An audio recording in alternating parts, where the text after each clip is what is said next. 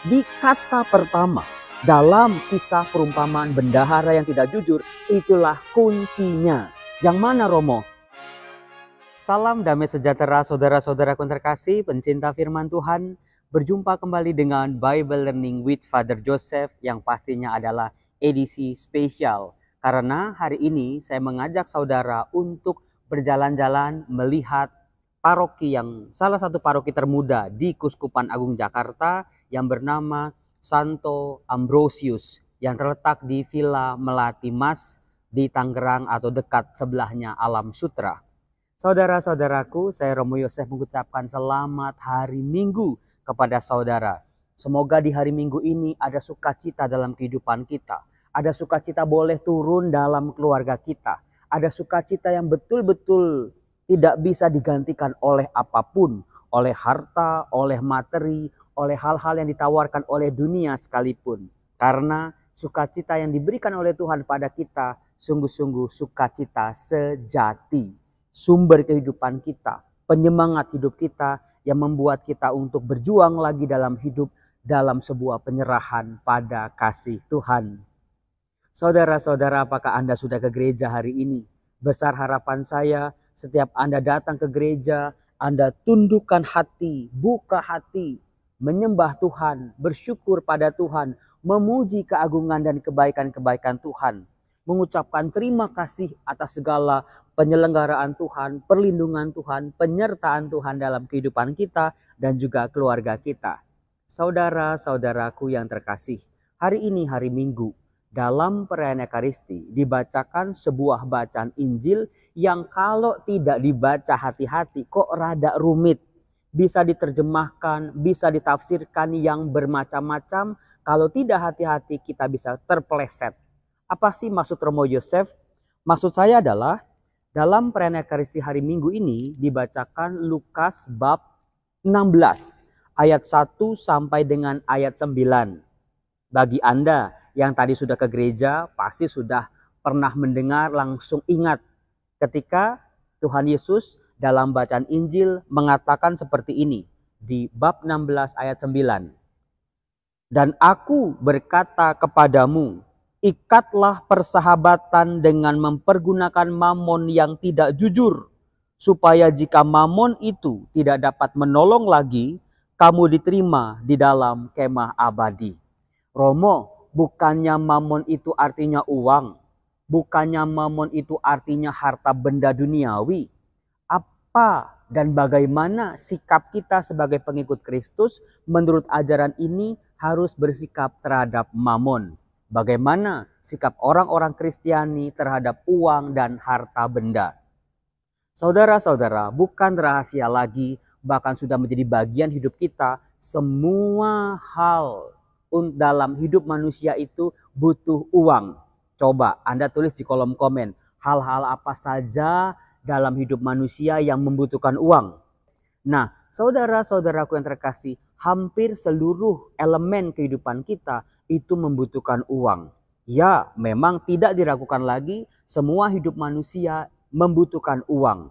Tetapi dalam ajaran Yesus kali ini mengajak kita untuk hati-hati. Memang uang penting, memang uang diperlukan, tetapi harus dicatat, uang bukan segalanya. Meskipun semua hidup kita membutuhkan uang, tetapi jangan sampai para pengikut Kristus mengikatkan dirinya secara total pada uang ini. Seolah-olah kalau nggak ada uang jadi nggak bahagia. Kalau nggak ada uang seolah-olah nggak bisa hidup. Atau lebih parah lagi, kebahagiaan dibeli oleh uang. Nah, di sini kita baru belajar saudara-saudara. Ternyata iya juga ya, dalam kehidupan kita secara nyata, ternyata tidak semua hal dalam kehidupan kita bisa dibeli oleh uang. Saudara-saudaraku, sebetulnya dalam homili kali ini saya mau membawa sesuatu tafsiran yang lebih dalam lagi. Yuk kita buka kitab suci kita, Lukas bab 16 ayat 1 sampai 9. Saya mau membuktikan bahwa teks ini tidak hanya berbicara soal uang belaka, tetapi berbicara sesuatu yang lain juga. Maksud Romo Yosef apa sih? Silakan kalau Anda buka Injil Lukas bab 16 Lihat, mohon maaf, kitab suci saya udah coret-coret begini. Di kata pertama, dalam kisah perumpamaan bendahara yang tidak jujur, itulah kuncinya. Yang mana Romo? Kita lihat. Di bab 16 ayat 1 dikatakan, dan Yesus berkata kepada murid-muridnya. Saudara-saudara, hati-hati kalau sebuah perikop, sebuah cerita dalam Injil ada kata dan, kemudian, setelah itu, keesokan harinya, dan kata-kata penghubung. Itu artinya sesuatu, saudara. Jadi para penginjil tidak hanya menempelkan kata dan, kemudian, setelah itu tanpa maksud. Dengan memasukkan kata penghubung di awal sebuah kisah, kita diajak untuk melihat sebuah perikop yang akan kita baca, dalam hal ini perumpamaan bendahara yang tidak jujur, ternyata masih menjadi sebuah sambungan dari perikop sebelumnya. Kalau Anda baca kitab sucinya di handphone, kalau Anda baca kitab sucinya hanya di lembaran misa, itu nggak kelihatan. Maka saya Romo Yosef selalu menganjurkan kalau baca kitab suci itu pakai Alkitab yang seperti ini. Begitu kita buka Lukas bab 16, kita langsung ketemu tuh. Dan, oh berarti tadi Romo Yosef bilang, bacaan bendahara yang tidak jujur ini masih ada kaitannya dengan perikop sebelumnya. Masih sebuah sambungan, entah temanya, alurnya, atau gagasannya. Nah, kalau Anda punya Alkitab, buka seperti ini, Anda langsung lihat perikop sebelumnya itu apa. Sebuah perikop yang sudah sangat terkenal, yang kebetulan itu menjadi bacaan Injil minggu kemarin, yaitu perumpamaan anak yang hilang. Di Lukas bab 15 ayat 11 sampai 32. Anda pasti ingat saya sudah buat videonya waktu itu.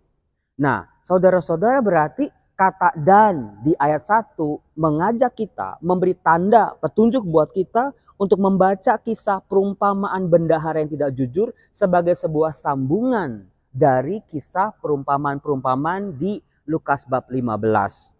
Romo Yosef tahu dari mana? Coba kita lihat. Saya lanjutkan ya, bab 16. Yesus berkata kepada murid-muridnya, ada seorang kaya mempunyai seorang bendahara.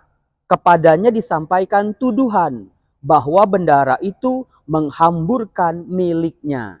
Nah, ini menjadi sebuah petunjuk lagi, saudara-saudara. Ketika Anda mendengar kata menghamburkan miliknya, Anda langsung ingat sama siapa? Coba. Kisah perikop sebelumnya. Oh ya, benar juga kata Romo Yosef. Yaitu kisah anak bungsu yang meminta harta bagiannya dari bapaknya. Lalu dia menjual harta milik itu. Lalu dia dikatakan menghamburkan harta miliknya itu. Ini menjadi sebuah petunjuk, saudara-saudara, bahwa perikop ini harus dibaca bersama-sama dengan perikop sebelumnya. Wah, ternyata luar biasa juga ya. Kemudian saya tunjukkan lagi buktinya. Dikatakan, saudara, lalu si tuannya memanggil bendahara itu dan berkata kepadanya, apakah yang kudengar tentang engkau? Berilah pertanggungjawaban atas urusanmu. Sebab engkau tidak boleh lagi bekerja sebagai bendahara. Artinya apa, saudara-saudara? Si bendahara ini karena menghamburkan harta tuannya itu, dia dipecat. Dia nggak boleh bekerja lagi sebagai bendahara. Artinya dia terpisah dari tuannya ini. Oh, kok mirip-mirip ya Romo ya? Kalau kita lihat dari perumpamaan Lukas bab 15, ada domba yang hilang, terpisah dari kawanannya, terpisah dari gembalanya. Si gembala mencari supaya jangan sampai terpisah. Betul? Kemudian ada dirham, 1 dirham terpisah dari 9 dirham yang lain. Si perempuan pemiliknya mencari supaya si dirham ini jangan terpisah. Demikian juga dengan perumpamaan anak yang hilang. Karena menghamburkan harta miliknya, dia terpisah dari bapaknya. Dan bapaknya ketika anak ini pulang, ada sukacita. Artinya si bapak juga mengharapkan jangan sampai anaknya ini terpisah daripadanya. Nah, sementara di sini saudara, karena kesalahan, karena sebuah tuduhan, si bendahara ini harus terpisah. Itulah realita hidup manusia. dosa, pelanggaran, kesalahan yang kita miliki, yang terjadi dalam hidup kita, membuat kita terpisah dari Sang Sumber hidup. Dosa memutus hubungan kita dari Allah. Nah, di sini dari kisah perumpamaan bendahara yang tidak jujur, kita memperoleh sebuah pemahaman yang lain. Yang kalau dibaca dengan perikop-perikop sebelumnya menjadi sempurna. Kalau kita lihat begini, kata bendahara itu di dalam hatinya, apakah yang harus aku perbuat? Nah, dengan gagasan seperti ini, dengan kata-kata seperti ini, sebetulnya dia mengakui tindakannya yang menghambur-hamburkan harta milik dari tuannya itu. Tuanku memecat aku dari jabatanku sebagai bendahara. Mencangkul aku tidak dapat, mengemis aku malu. Sebuah kesadaran bahwa si bendahara ini memang tidak dapat hidup terpisah dari tuannya. Seperti kita menyadari kita tidak bisa terpisah hidup jauh dari Allah, apalagi terputus dari Allah Sang Sumber hidup. Nah, saudara-saudaraku yang terkasih, ada sebuah cara dari si bendahara ini yang pada akhirnya nanti akan dipuji oleh tuannya. Dikatakan, aku tahu apa yang aku perbuat supaya apabila aku dipecat dari jabatanku sebagai bendahara, ada orang yang akan menampung aku di rumah mereka.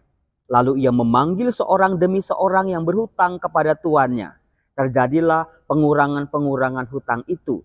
Nah, yang dipuji oleh tuannya adalah bukan karena dia korupsi lagi, mengurang-ngurangi jumlah hutang dari para penghutang, tetapi usahanya, kecerdikannya, usahanya untuk tidak binasa, bagaimana dia tetap menyadari dia tidak bisa terlepas hidup jauh dari tuannya itu.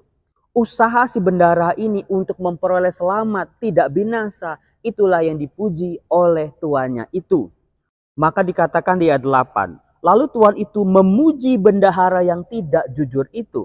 Bukan korupsinya yang dipuji, bukan pengurangan-pengurangan hutangnya yang dipuji, tetapi sebuah usaha mempertahankan diri untuk tetap hidup, untuk tetap selamat. Nah, saudara-saudaraku yang terkasih, ternyata dalam diri kita ada sebuah usaha, ada sebuah rahmat yang menyadarkan kita bahwa kita tidak bisa hidup terlepas dari Allah. Kita akan mencari cara, berbagai macam cara supaya kita tetap hidup. Nah, itulah yang mengajarkan kepada kita bahwa untuk mencari keselamatan, untuk kembali kepada Tuhan, untuk bisa memperoleh jalan pertobatan, gunakanlah semua daya, upaya, kemampuan kita. Jadi bertobat itu bukan sekedar bertobat, lalu gagal, lalu berhenti bertobat. Tetapi pertobatan juga memerlukan perjuangan. Seluruh usaha manusia, gunakan akal, kemampuan kita dalam memperoleh keselamatan. Silakan kita cari-cari cara bagaimana kita semakin dekat sama Tuhan, bagaimana kita tetap hidup dipelihara dan memperoleh keselamatan dari Tuhan. Maka Tuhan Yesus di ayat 9 mengatakan, ikatlah persahabatan dengan mempergunakan mamon yang tidak jujur, supaya jika mamon itu tidak dapat menolong lagi, kamu diterima di dalam kemah abadi. Saudara-saudara, carilah Tuhan dengan berbagai macam upaya, usaha, perjuangan kita untuk bisa kita kembali kepadanya. Artinya memang rahmat bekerja dalam diri kita, tapi rahmat itu pun harus ada tanggapan positif dari diri kita. Itulah luar biasanya bacaan hari ini yang mengajar kepada kita lebih berjuang lagi, lebih berusaha lagi mencari, mengenal, dan kembali kepada Tuhan. Salam damai sejahtera, salam dari Paroki Santo Ambrosius, Villa Melati Mas. Salam.